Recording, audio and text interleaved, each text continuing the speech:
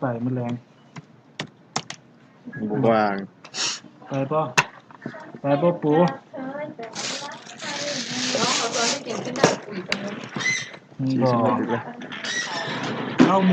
โมงก็กลับ แซ่บบ่มีสมุด กินไร เป็นสเต็กเลยมะพร้าวไม่กิน เจ็บ ใช่ก็ต้องมาขอก่อนเลี้ยงให้จะเต็มเยอะกินให้สนุกก็ดี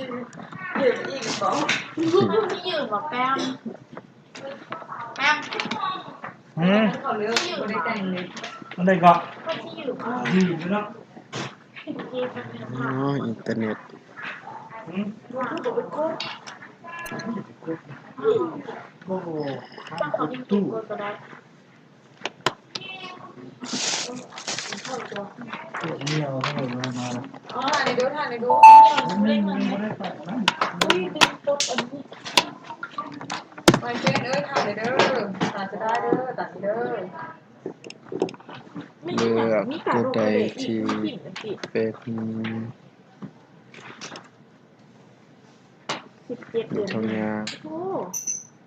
หาไปที่17แล้ว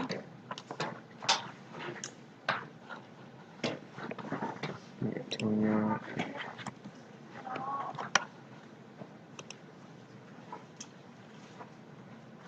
ได้เป็นไหมอันนั้นอันใดนั่นน่ะ น้ำมันเขาขึ้นมา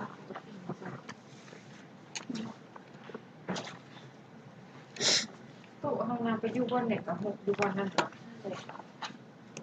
ช่องยา600067 600071 7375 นี่นี่ดูมันเอื้อยไปอยู่กันยังอยู่ เฮ็ดจังได๋ซะนะเอ้ยบ่อยู่กับตัวแทนแต่ว่า เอาคัน สิเอาขันคอหัวเอื้อย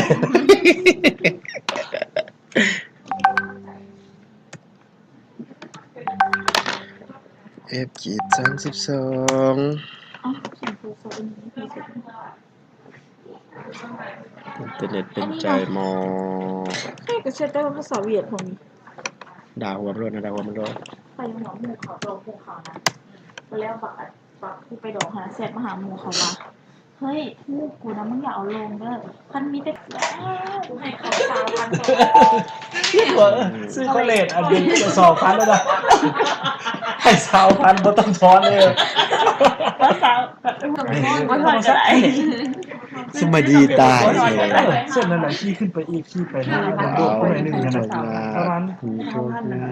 50แบบนี่แหละ ขี้ไปแล้วตรงนี้ เก็ เก็ บบ ของที่ตรงนู้น แต่ว่าไปทางนั้นหนาชอบภาษาเขามาเรียก มาทางคำภาษาพี่ เรียกแคมป์ของมาล่ะ แม่เคยฟังขึ้นหรอ ลงไปทางมุนๆได้ ข ค อ รั ซั บ กครับเพื่อความของซักหนา ตีหน้าปิด เสื้อ ที่นั่นคือ ชิปเนี่ยเป็นสีไว้แล้วกดตัวชิปให้ดู ก็คือวันแรกโบเมกจอกเพิ่นจอกมันจอกเขาจอกเขา เดี๋ยว 204 206 9442ก็ ที่นี่เกินเนื้อ บ่ สีเซ็ตถา อ้าว ว่า หัน จริง หรือหรอ627โอเค เขาสิจะเปิดองค์ประชุมนี่นี่ โอ้ยไปซะ องค์ประชุมผู้แทน ป้องกัน ราษฎรพวกกันเนี่ย ป้องกันน้ พวกนี้เฮ็ดเวียกเอาเบตาดีนบ่ กิโลตาแมตเท่าไหร่ก็ตาแมตเท่าไหร่ก็ที่แบตเตอรี่นะ อัน400 4,000 ตาแมตต่อ100 ล้าน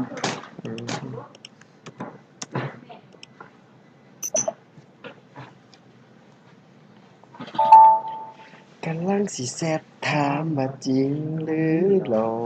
ก กลับมาบอกนี้จ้าเอาก็เมือนมันเป็นพวกนี้ไปเมือนน่ะบ่เมือปะ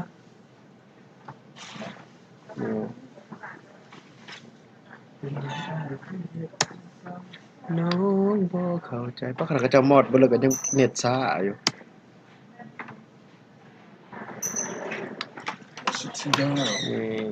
นี่ช่องงาแบบนี้มันง่ายเมืองหลังจากเขาเฮ็ดโฮมแล้วได้มันยังเป็นเมืองแต่ละเมืองเฮ็ดขีด51 เราต้องไปแยกออกมาก่อนเราจะเบิ่งตามดุลเดียงเนาะเมืองปากเซ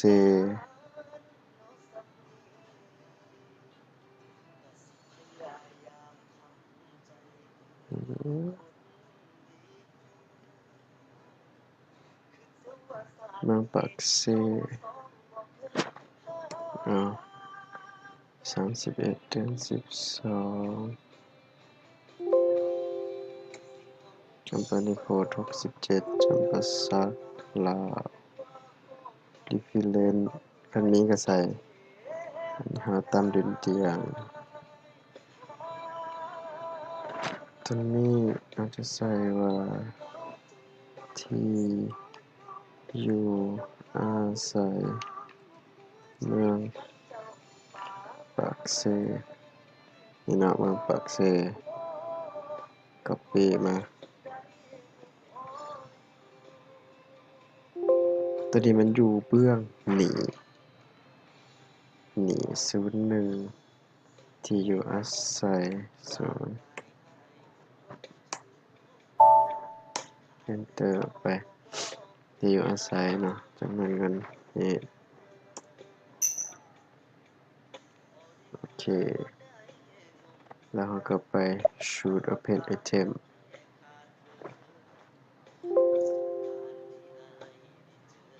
นี่ที่อยู่อาศัย raise item นี่ item ติ๊กเอาตัวนี้เนาะที่อยู่อาศัยยอดรวมแต่พอดีจะแม่นหนีทองยางบ่ต้องไปตองมันปากกันยันคลิปนี้ปึ๊บตัวยอดเรือจำนวนเงินตัวนี้จะแม่นของเมืองปากเซ copy ที่อยู่อาศัยเมืองปากเซนี่ปึ๊บมาใส่นี่ถ้าบ่ใส่มันจะบ่ขึ้นตัวนี้ก็จะใส่ว่าที่อยู่อาศัยแล้วล่ะเซฟแล้วไปนะที่อยู่อาศัยเมืองปากเซบ่ได้เมืองสนาสมบูรณ์เพราะเราอยากเบิ่งเอ็ดเจ้าคงไปตองดอกน้ำตาแต่มันไหลบ่เจ็บปานใด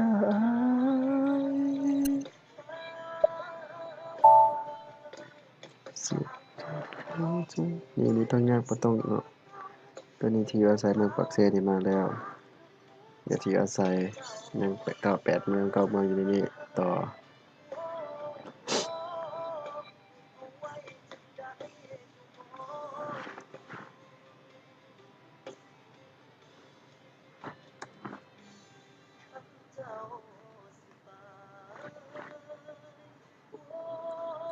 ที่อยู่อาศัยเมืองสนะสมบูรณ์ copy มาเลยก็ได้มันอยู่เบื้องเด้อตัวใดที่เป็นค่าลบหมายถึงว่ามันอยู่เบื้องมีตัวนี้เป็นค่าลบนี่อยู่เบื้องมีค่าลบอยู่เบื้องมีค่าบวกจะอยู่เบื้องนี้ฉะนั้นตัวนี้อยู่เบื้องมีเราจะต้องใส่ Porting key 11ปึ๊บที่อยู่อาศัย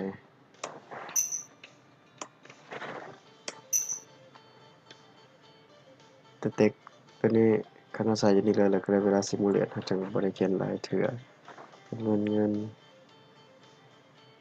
จืบเราจะบ่เอาค่าลบเพราะมันอยู่เบื้องมีเราจะตัวเงินละลากปึ๊บ1 ล้านปลายถือบ่วันเวลาล่วงเลยยังมาที่อยู่อาศัย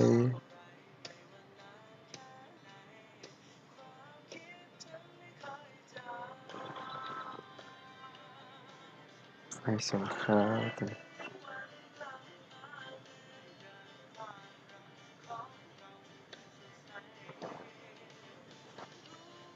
นี่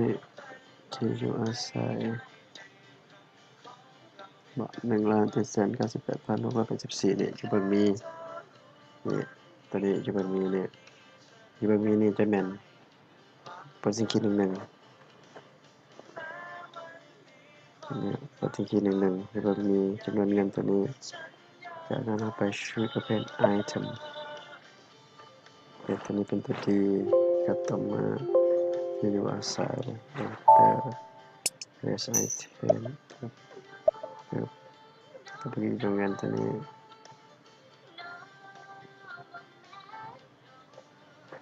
แต่จะเป็นค่าลบเองมันไม่พอเธอนั้นจะต้องจากถ้าวันไหนที่เธอรออยากให้เธอกลับมา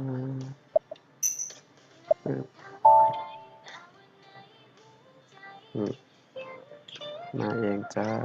ค่าลบเมืองสนสมบูรณ์ต่อไปเมืองพลทองบัดนี้สังหาให้ลดลอยไป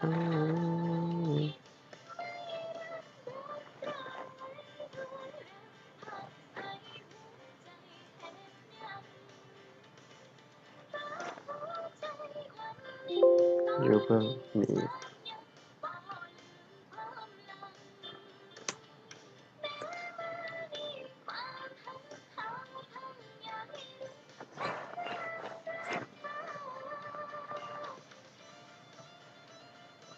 copy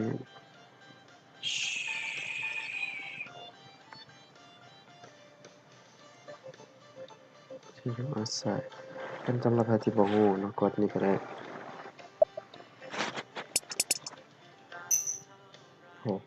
อย่าลืมใส่ company code ตัวเองคือเป็น customer by company code ใส่ company code ตัวเองจะออกจากของสาขาเขาเองที่อยู่อาศัยเดียวกันเนาะอย่าลืม copy ตัวนี้ก่อนซะ enter มาใส่นี่เต็กแล้วมาใส่จำนวนเงินเมืองพลทอง copy จุด Ctrl C แล้วก็ Ctrl V นี่โอเคไป Shoot Open Item ตัวนี้ก็น่าจะภายบริจักต้องเปลี่ยนตัวนี้เป็นตัวดีก่อนแล้วจำเข้าไปเลือก Customer by Company Code 67 Enter เลือกที่อยู่อาศัย Enter Dress Item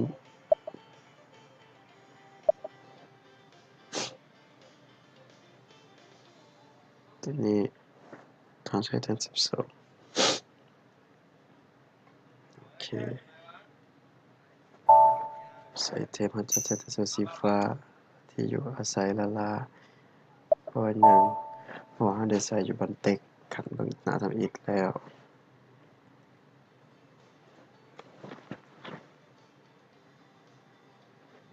ต่อไปเมือง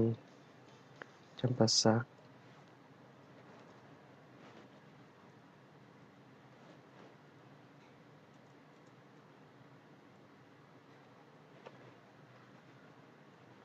ก็ปีเมืองจำปาสักนี่อยู่เบื้องนี้01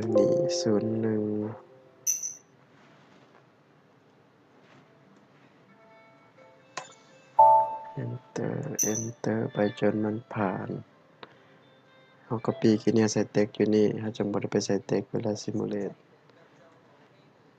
จำนวนเงินจำปาสัก71 ล้านดี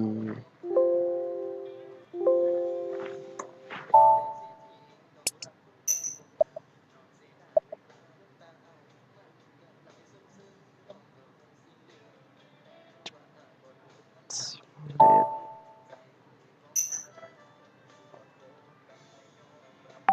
ใส่ละลา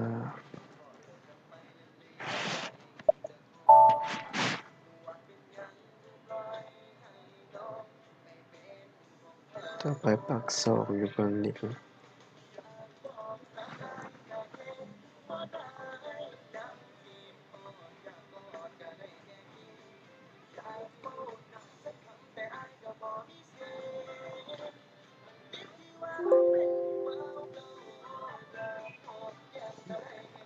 ดี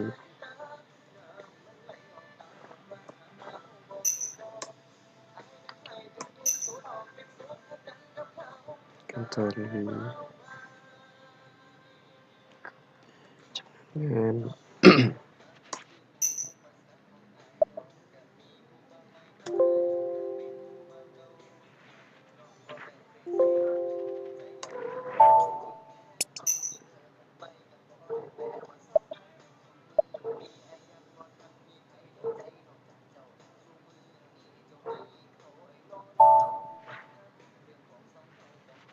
เป็นหยังเราจึงใส่ตัวนี้แล้วเราบ่กดตัวนี้คือตัวเทื่อทำอิฐของเขาเนาะย้อนว่า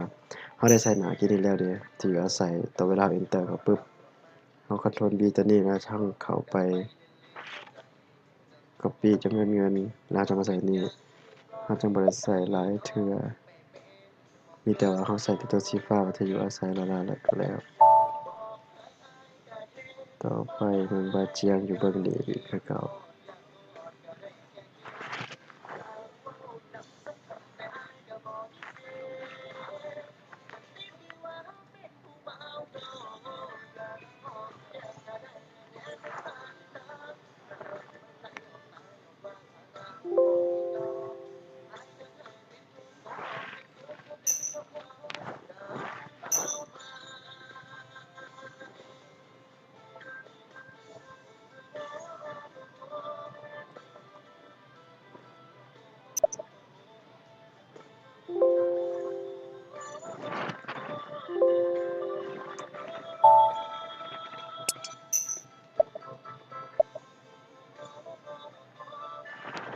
บ่แม่นผิดแสดงสิประมาณว่าตัวนี้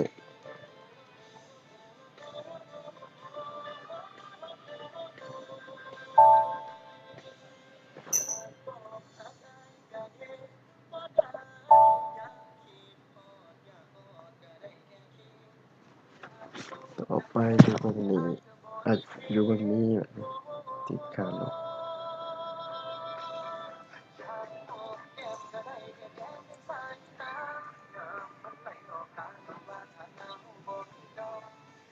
นางปฐมพร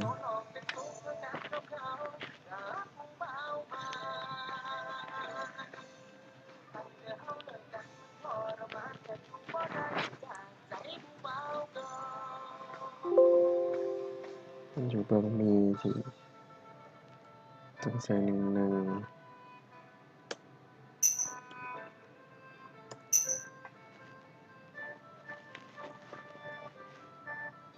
แต่เราบ่เคารพเราใส่11แล้วลบจะมาเอง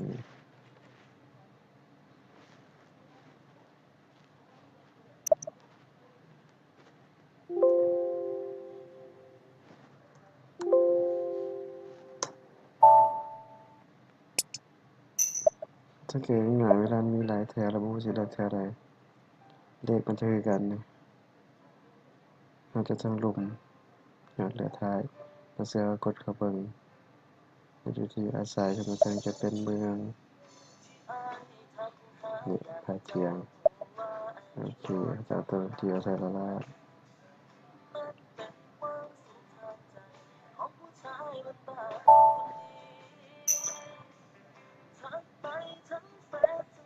ที่เราอ้ายหวังเจ้าคนเดียวแต่ก็ยังบ่มีท่าทีว่าเจ้าสุขุเดียวโอ้ย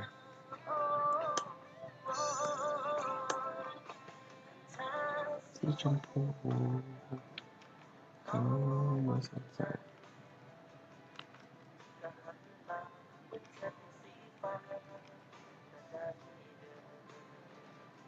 ว่าแม่นว่าอ้ายแค่อยากสิเว้ากับเธออยู่ตรงนี้01ไว้ลืมพาสสตัวนี้เป็นหยังไปต่อระบบขี้คร้าน copy path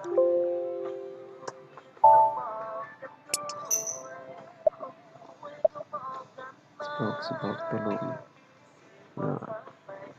ก็จะเป็นรูปเบื้องมีเมือง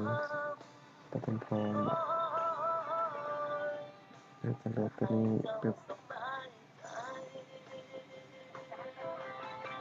สมูเลตคอปปี้ตัวนี้มาพอกินเขาลืมพาสใส่เต็กนี่ครับตัวนี้ที่อยู่อาศัยแล้วก็เสร็จ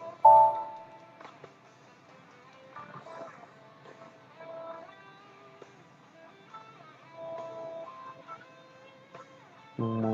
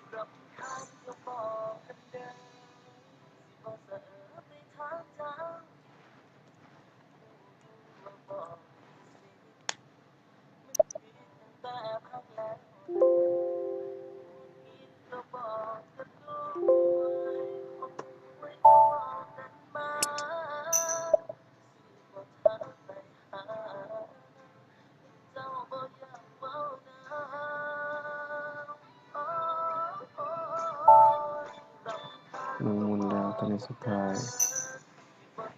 151086776นี่ต้องเป็นเรื่องของมันเลือกและทายมันเท่ากันเลย151086776 151086776คือเราจะบ่ใช้ที่อยู่อาศัยแล้วก็เราจะใช้ที่อยู่อาศัยเมืองโขงเลย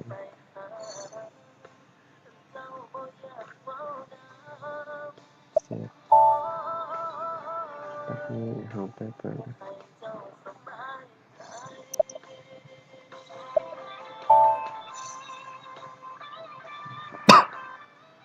แล้วเนาะมันก็คือขนาดสมบูรณ์โพนทองเป็นกษัตริย์ปักสองตาเจียงปฐมพรสุขุมมาเมือง